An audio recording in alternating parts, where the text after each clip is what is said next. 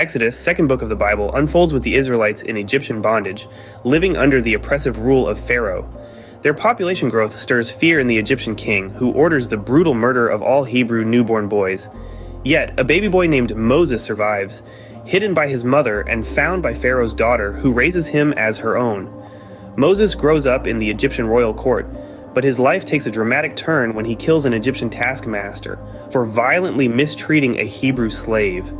Fearing retribution, Moses flees to Midian, a desert land far from Egypt. There, he marries Zipporah, the daughter of a Midianite priest, and begins a new life as a shepherd. One day, while tending his flock, Moses encounters a burning bush that remarkably remains unconsumed by the flames. God speaks to him from the bush, revealing his plan to free the Israelites from slavery. He appoints Moses as his prophet and instructs him to confront Pharaoh. Returning to Egypt, Moses, with his brother Aaron by his side, demands the release of the Hebrew slaves. Pharaoh resolutely refuses, resulting in God unleashing 10 devastating plagues upon Egypt. From turning the Nile into blood to the death of every firstborn Egyptian child, these plagues wreak havoc until Pharaoh finally relents, allowing the Israelites to leave. The Israelites' departure from Egypt, known as the Exodus, marks a pivotal moment in their history. They miraculously cross the Red Sea, which parts to create a path for them and then engulfs the pursuing Egyptian army. Once free, the Israelites journey toward Mount Sinai, where God delivers the 10 Commandments to Moses.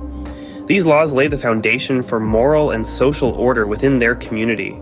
However, while Moses is on the mountain receiving the laws, the Israelites, in a moment of weakness, create a golden calf to worship. This act of idolatry brings God's wrath upon them.